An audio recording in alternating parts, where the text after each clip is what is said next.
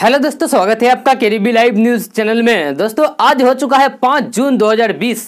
तो आज की बिहार की टॉप न्यूज लेकर आए हैं आपके लिए।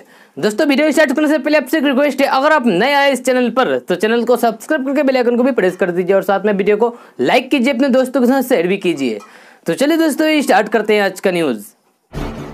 लॉकडाउन के कारण पिछले 2 महीनों से भी अधिक समय से बंद शिक्षण संस्थानों को अब जल्द ही खोलने के संकेत मिल रहे हैं। केंद्र सरकार द्वारा जारी हुए गाइडलाइंस के बाद शिक्षा विभाग शैक्षणिक संस्थानों को खोले जाने को लेकर पहले से ही रणनीति बनाने में जरूर जुट गया है, लेकिन इसका फैसला खुद नहीं लेगा बल्कि छात्र, अभिभावक, शिक्षक और विद्यालय प्रबंधन के परामर्श के आधार पर फैसला लिया जाएगा। शिक्षा विभाग ने पत्र में कहा है कि अनलॉक फेज 2 में सभी शिक्षण संस्थानों जैसे coaching school, college, training school खोले जाने का निर्देश प्राप्त होने वाला है। ऐसे में संक्रमण के बीच पूरी शैक्षणिक व्यवस्था कैसे संचालित किया जाए, इस पर परामर्श की जरूरत है।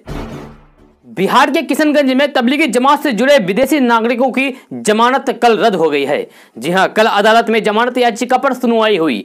अदालत में टूरिज्म वीजा का उल्लंघन करने के मामले में जमात से जुड़े 11 विदेशी नागरिकों की जमानत पर सरकार की तरफ से अपर लोक के अभियोजक ने दलीलें रखी, जबकि बचाव पक्ष की तरफ से वरिष्ठ अधिवक्ता इम्तियाज अली ने जमानत के लिए तर्क दिए। दोनों पक्षों को सुनने के बाद न्यायाधीश आशुतोष पांडे की अदालत ने इन 11 विदेशियों की जमानत याचिका रद्द कर दी है। बिहार की उद्योग और कारोबार की नीति बदलेगी, जरूरत पड़ी तो नई नीतियां भी बनाई जाएगी। मुख्यमंत्री नीतीश कुमार ने कहा है कि इसको लेकर हम लोगों ने चर्चा की है।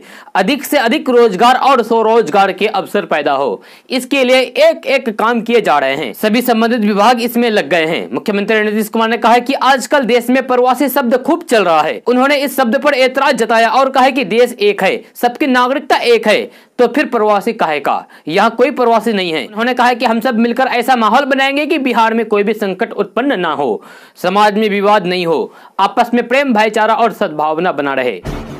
वर्ष 2020 का 5 जून यानी कि आज साल का दूसरा चंद्र ग्रहण लगेगा। संक्रमण काल के इस आपदा में इस चंद्र ग्रहण को खगोल विज्ञान के साथ साथ ज्योतिष विज्ञान के लिए भी बहुत ही महत्वपूर्ण माना जा रहा है। खगोल विज्ञान की माने तो चंद्र ग्रहण उस स्थिति में लगता है जब सूर्य, पृथ्वी और चंद्रमा एक सीधी रेखा में आते हैं। इस दौरान पृथ्वी सूर्य और चंद्रमा के बीच होती है और इस कारण चांद की दृश्यता पृथ्वी से देखने पर कम हो जाती है। ज्योतिष विज्ञान में इस घटना को बेहद महत्वपूर्ण घटना माना जाता है क्योंकि इस दौरान वातावरण में नकारात्मक अधिक छा जाती है।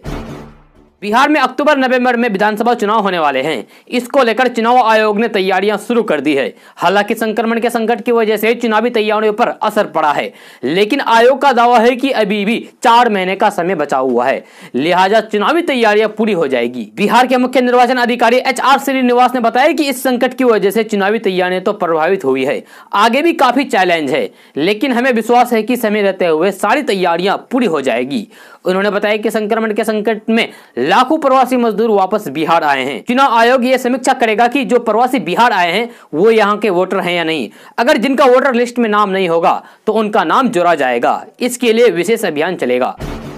बिहार के डीजीपी गुप्तेश्वर पांडे ने गोपालगंज मामले पर अपनी सफाई दी है। डीजीपी गुप्तेश्वर पांडे ने यहां तक कह डाला कि अगर ऐसे ही रहा तो नौकरी छोड़ दूंगा। गुप्तेश्वर पांडे ने साफ साफ कहा है कि मैंने आज तक जात पात के नाम पर किसी भी अपराधी को संरक्षण नहीं दिया है। डीजीपी गुप्तेश्वर पांडे कल सोशल मीडिया पर लाइव हुए और उन्होंने गोपालगंज मामले पर विस्तार से चर्चा की है। इस दौरान वे राजनीतिक पार्टियों द्वारा लगाए गए आरोपों से खासे आहत दिखे। उन्होंने कहा है कि मैं 35 साल से पुलिस की नौकरी कर रहा हूँ, 10 जिलों में SP और 20 जिलों में बतौर IG DIG काम किया है, लेकिन आज तक मुझ पर जात, दल, मजहब, संप्रदाय के नाम पर कभी भी भेदभाव करने का आरोप नहीं लगा है। डीजीपी गुप्तेश्वर पांडे ने कहा कि मैंने अपनी नौकरी के दौरान बिहार के मुख्यमंत्री रहे लालू प्रसाद यादव और राबड़ी देवी के साथ भी काम किया है और CM नीतीश कुमार के साथ भी काम किया है। हर वक्त मैंने पूरी ईमानदारी से अपनी ड्यूटी निभाई है। संक्रमण के इस काल में भले ही अधिकांश लोगों को ड्रैगन नाम से नफरत हो गई हो, लेकिन इस गर्मी में ड्रैगन बिहार के कई किसानों की जिंदगी में खुशहाली ला रही है। जी हां, हम बात कर रहे हैं ड्रैगन फ्रूट की खेती की, जिसमें अब बिहार के कई किसान भाग्य आजमा रहे हैं। किशनगंज, कटिहार और पूर्णिया के किसानों ने अब विकल्प के तौर पर ड्रैगन फ्रूट की खेती प्रारंभ कर दी है, यानी कि शुरू कर दी है। बिहार में ड्रैगन फ्रूट की खेती की शुरुआत किशनगंज जिला के ठाकुरगंज प्रखंड में प्रगतिशील किसान नागराज नखत ने साल 2014 में ही की थी।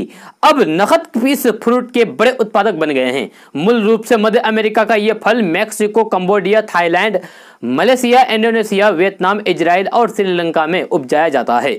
चीन में इसकी सबसे बड़ी मांग होने के कारण इसे ड्रैगन फ्रूट कहा जाता है।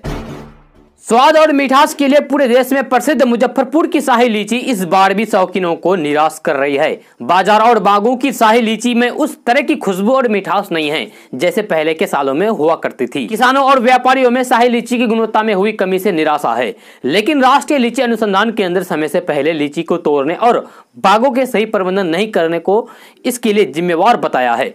हर एक साल 20 मई तक शाही लीची मिठास और स्वाद आमतौर पर आ जाता था, लेकिन इस बार शाही लीची जून के पहले हफ्ते में भी खटास बना हुआ है। एसटीटी 2019 की रद्द करके नए सिरे से परीक्षा लेने के बिहार बोर्ड के आदेश को एक बार फिर से पटना हाईकोर्ट में चुनौती दी गई है। पंकज कुमार सिंह और अन्य की ओर से दायर अर्जी पर न्यायमूर्ति अनिल कुमार सिन्हा की एकल पीठ ने सुनवाई की है। कोर्ट ने फिलहाल बोर्ड को ओएमआर सीट को नष्ट नहीं करने का आदेश दिया है। साथ ही अगली सुनवाई की तारीख 6 जुलाई को तय की है।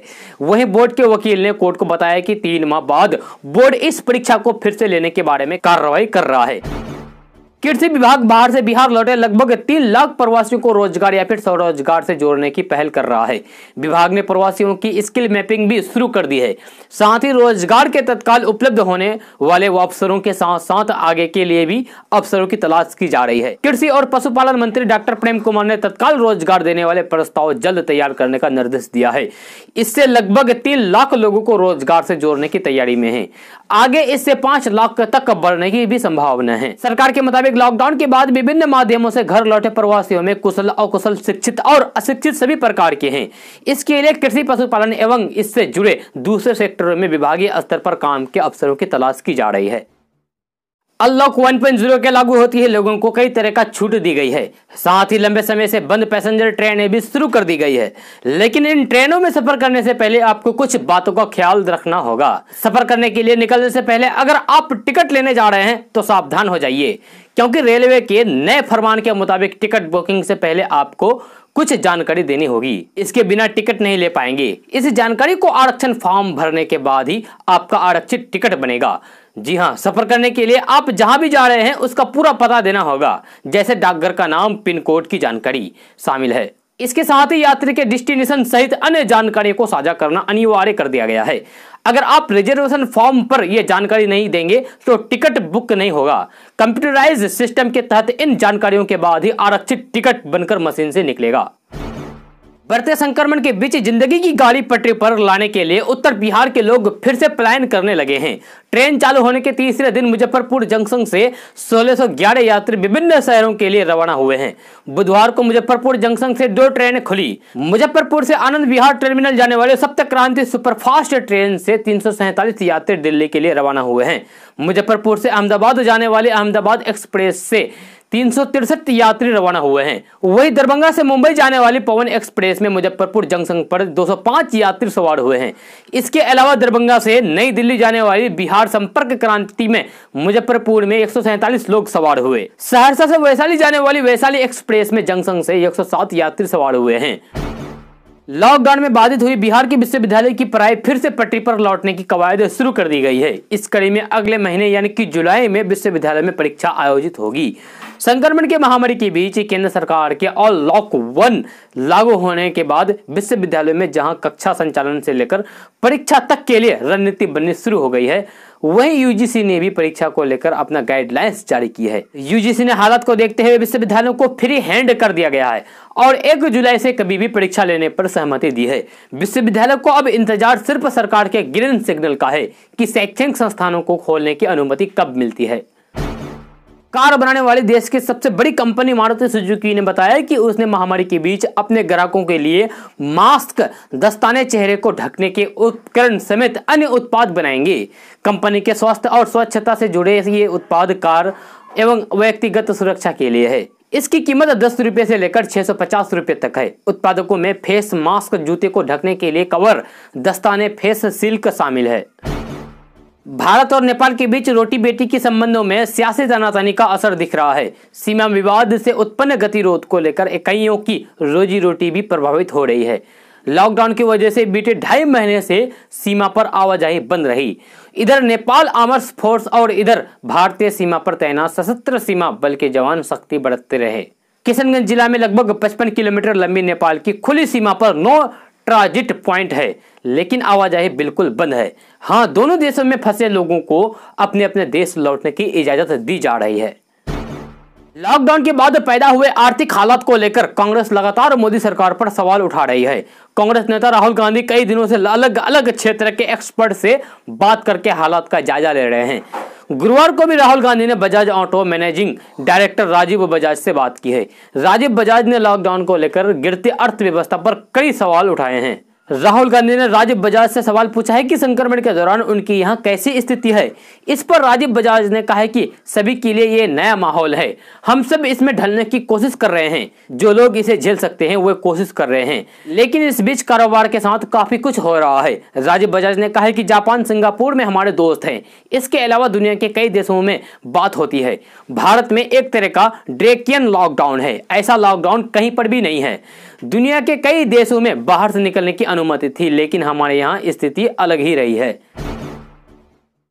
दोस्तों, आज का न्यूज़ बस ये था। कैसा लगा आप लोगों को आज का न्यूज़, जरूर अपना सुझाव दीजिएगा नीचे कमेंट बॉक्स में कमेंट करके। अगर आप नए आए इस चैनल पर तो चैनल को सब्सक्राइब करके बेल आइकन को भी प्रेस कर दीजिए और साथ में वीडियो को लाइक कीजिए, अपने दोस्तों के साथ शेयर भी कीजिए। तो चलिए दोस्तों, फिर मिलते हैं नेक्स्ट वीडियो में।